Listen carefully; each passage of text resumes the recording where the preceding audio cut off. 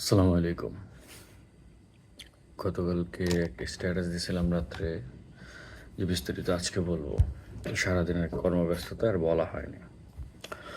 তো যেটা ইস্যু, তার আগে বলি, কনগ্রেচুলেশন স্পেন, নতুন চ্যাম্পিয়ন।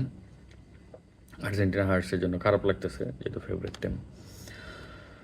তো গতকালকে হচ্ছে খেলা দেখার জন্য আমরা ঢাকা ইউনিভার্সিটিতে ভিসি চত্বর গিয়েছিলাম খেলা দেখার জন্য। তো সেখানে সর্বসাধারণের প্রবেশ মানে লিমিটেড করে দিয়েছিল, ঢুকতে দেবে না। তো আমরা যখন চত্বরে গিয়েছি, একটু আগে এগিয়ে গিয়েছিলাম, তখন গেটটা ফাঁকা ছিল। তো ঢুকে গেছি, যদিও কাজটা আমরাও ঠিক করি নাই। তারপর আমরা ক্যাম্পাসের বাউন্ডারির ভিতরেই থাকি, সেই অ্যাডভান্টেজে ঢুকতে পারছি আর কি, সেই জন্য কোনো সমস্যা ছিল না। তো ব্যাপার হচ্ছে, ঢোকার পরে ফেসবুকে তা বিভিন্ন মিডিয়াতে দেখতেছিলাম যে ঢোকার জন্য মানে পাবলিক বিভিন্ন গেটে ঝামেলা করতেছে। তো তারপরে গিয়ে হচ্ছে সবাই আসছে, মুহূর্তের মধ্যে দেখলাম 11টা-12টার মধ্যে পুরো চত্বর ভরে গেছে। বাকি 4টা স্ক্রিনে কী হয়েছে আমি জানি না, ক্যাম্পাসের মধ্যে 5টা স্ক্রিন নাকি চলতেছিল। তো সেখান থেকে সব মানুষজন আসছে, খেলা দেখার জন্য ওয়েট করতেছিলাম সবাই। তো একটা পর্যায়ে গিয়ে হয় যে কোনো একটা টেকনিক্যাল ইস্যুতে বা পাবলিকের ওভারলোড, দেন হচ্ছে আদার্স যেই ক্যাওয়াসগুলো হচ্ছে, তার জন্য নাকি নিষেধ করা হয়েছে খেলা চালু করার, মানে স্ক্রিন অন করার জন্য নিষেধ করা হয়েছিল। বেশ ভালো কথা ভাই। একটা, যেহেতু আপনারা ফার্স্ট যেই এটা ছিল, ইনস্ট্রাকশনটা ছিল, সেটাই না মাইনে ঢুকছেন সবাই ঢুকছে। তো এর মধ্যে হচ্ছে আমরা যে জায়গাটা খেলা দেখতাম, ভিজে চত্বরে যারা খেলা দেখছেন তারা জানেন, স্ক্রিনের সামনে একটা জায়গা হচ্ছে একটু বাঁশ দড়ি দিয়ে রেস্ট্রিক্টেড করে রাখা হয়।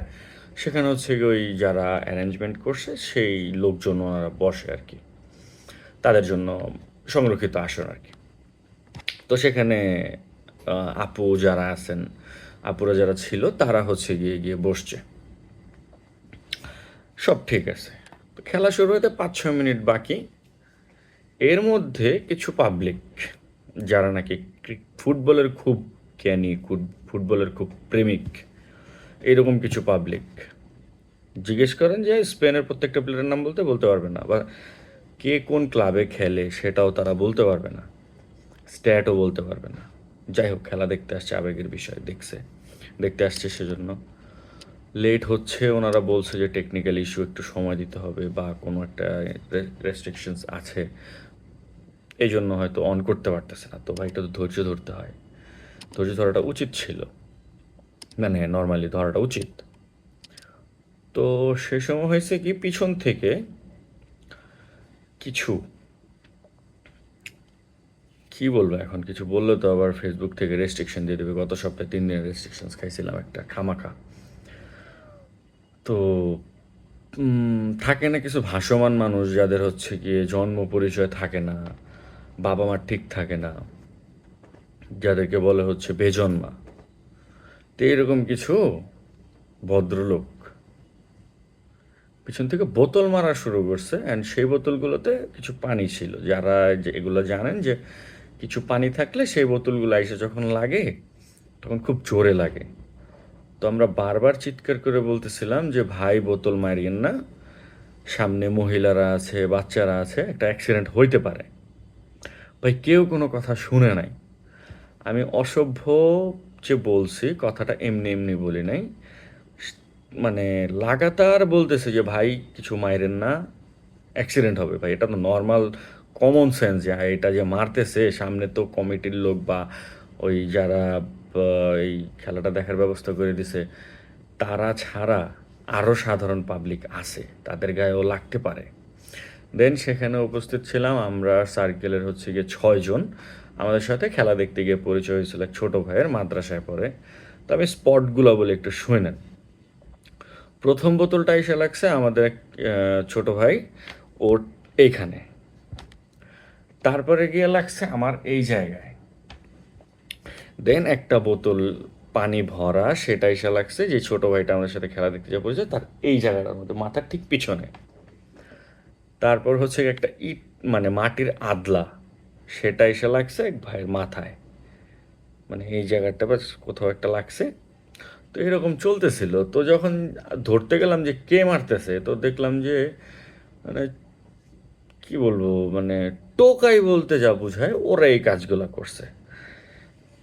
তো আমি যেটা আপনাদেরকে বলবো না যে আপনারা ভালো হন, এগুলা করেন না, ভাই আপনারা করবেনই, আপনাদের স্বভাবই এরকম, আপনারা ছোট লোক, আপনারা টোকাই, আপনারা এগুলো করবেনই, আপনাদের স্বভাব। যেমন আমরা দেখি বিভিন্ন কনসার্ট আপনারা গেট ভেঙে ঢুকে যান, মানুষ কষ্ট করে টাকা দিয়ে টিকিট কিনে কনসার্ট দেখতে যায়, আপনারা সেটা ভাঙা ঢুকে যান।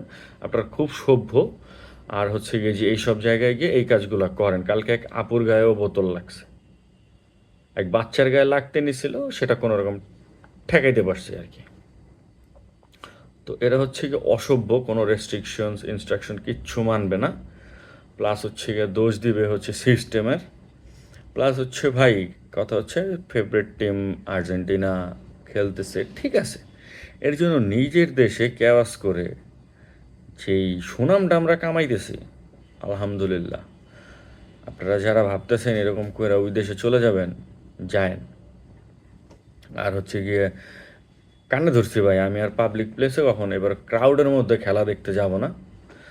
যারা যারা নিজেদের মাথা শরীর বাঁচাইতে চান তারাও যায়েন না।